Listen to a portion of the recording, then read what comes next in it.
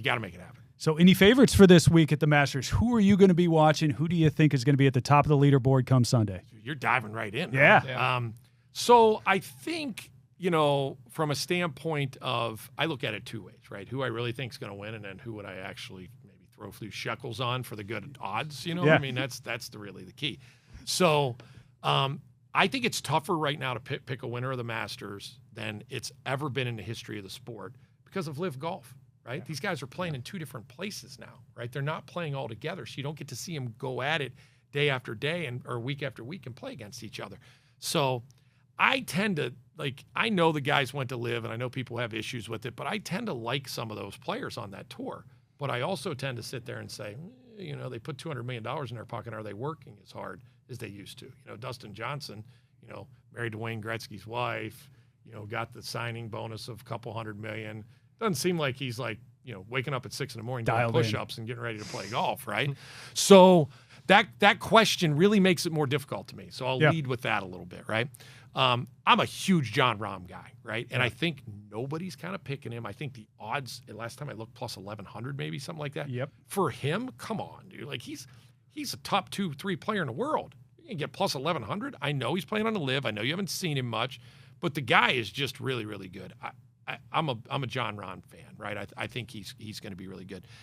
Scotty Scheffler, obviously best player in the world. He's got a wrist injury, though, right? And playing golf with a little bit of an injury, he seems to be fighting through it and playing well, but he lost his kind of dominance that he had last year. He's still in it, but he's dealing with that. So I think you got to remember that if you're going to throw him in your pools or do what you're going to do from that side of it, because he's going to be in the mix. But, I like some other guys that are healthy and ready to go there from that standpoint. I'll go back to Live a little bit, and I know people won't like this. Brooks Koepka, when it's major time, is the guy, right? Yep. He's the alpha in the room. He has no fear of anybody. He would walk in this door right here at Big Play and take this show over because he is the alpha, right? And he is a stud.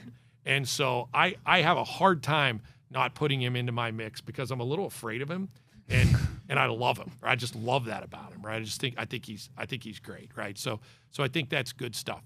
There's some stats out there, because you scroll on Instagram, you get to see all this stuff, There's some stats out there that says that tee to green, there's only certain, in the last 10 out of 12 Masters winners, there's only certain guys that can win because this is the stat that gets it there, and it's a tee to green stat, right? Mm-hmm. Shane Lowry is one of those guys. So if you're looking for a little bit of a long shot right now, Shane Lowry, a good Irishman. Rory's one of those guys.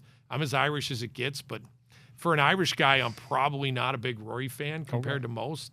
He just doesn't seem to handle the pressure coming down the stretch, man. With the Jimmy, it seems like, and it kind of seems like he's been a trendy pick coming into this week. You see a lot of the betting guys kind of all around Rory. Yeah. Right now, I'm looking at plus 650 for Rory to get that career Grand Slam this weekend. It's been over 10 years since he's got a major. I mean, right? I'm a fan, but I'm just not buying. I'm not drinking the Kool-Aid, right? Yeah. I mean, I'm a fan, but I'm not drinking his Kool-Aid, I think is what I would say. But so he scares me a little bit because listen, guys, I mean, you saw what happened with Bryson in U.S. Open, right? He missed 2-3 footers in the last 2-3 holes. Tiger never did that. Ever. That would never happen, right? So to try to even think about putting him in the world of Tiger, it's just crazy, right? Yeah. Tiger didn't miss 3 footers. I mean, Bryson's a really long, wild shot right here. I mean, what's he doing? He's making YouTube videos. He's making millions, right? I mean, is he working on his game? I don't know, right? It's tough to tell. I know he can flip it over his house and knock it into the green. I know he can do that. Didn't take him many days to get that done either. Yeah. I mean, he can do that, but can he win the Masters? That's going to be a big question. So there's so many guys out there. It's so fun. I love this week, man. It's just so fun. And you believe it. Let me just tell you, I could hand you guys my phone right now. I will get 500 texts on who should I take in my Masters pool this week, right? And I don't know any better than anybody else, but I love to think that I do.